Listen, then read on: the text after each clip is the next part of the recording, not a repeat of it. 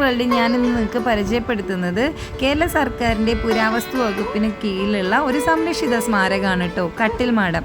നിങ്ങളിൽ പലർക്കും ഈ പേര് അപരിചിതമായിരിക്കും. എൻ്റെ നാട്ടിലായിരുന്നിട്ട് കൂടി ഇപ്പോൾ അടുത്ത കാലത്താണ് കേട്ടോ ഇതിന് ഇത്രയും പ്രാധാന്യം ഉണ്ടെന്നുള്ളത് ഞാൻ അറിഞ്ഞത്. ഇതിനെക്കുറിച്ച് ഒരു ലേഖനത്തിലും പരാമർശിച്ചിട്ടില്ലെങ്കിലും ഇതിൻ്റെ വാസ്തുവിദ്യകളൊക്കെ നോക്കുമ്പോൾ ഏകദേശം 1200ഓളം വർഷം പഴക്കമുണ്ടെന്നാണ് പറയപ്പെടുന്നത്.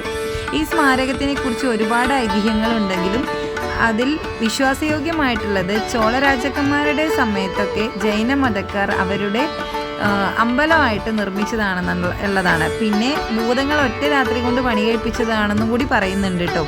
ഞാൻ പതിയെ ഇതിനകത്തേക്കൊന്ന് കയറി നോക്കി, പക്ഷെ ഒരുപാട് അകത്തേക്ക് കയറാൻ പറ്റില്ല, കാരണം ഇളകി നിൽക്കുന്ന കല്ലുകളൊക്കെ കുറച്ച് അപകട ഭീഷണി ഉയർത്തുന്നുണ്ട് കേട്ടോ. എന്തായാലും ഉള്ളിൽ നോക്കുമ്പോൾ ഇതാണ് കാണാൻ പറ്റുന്നത്. ഏകദേശം ഒരു അമ്പലത്തിൻ്റെ ഷേപ്പൊക്കെ ഉണ്ട് കേട്ടോ.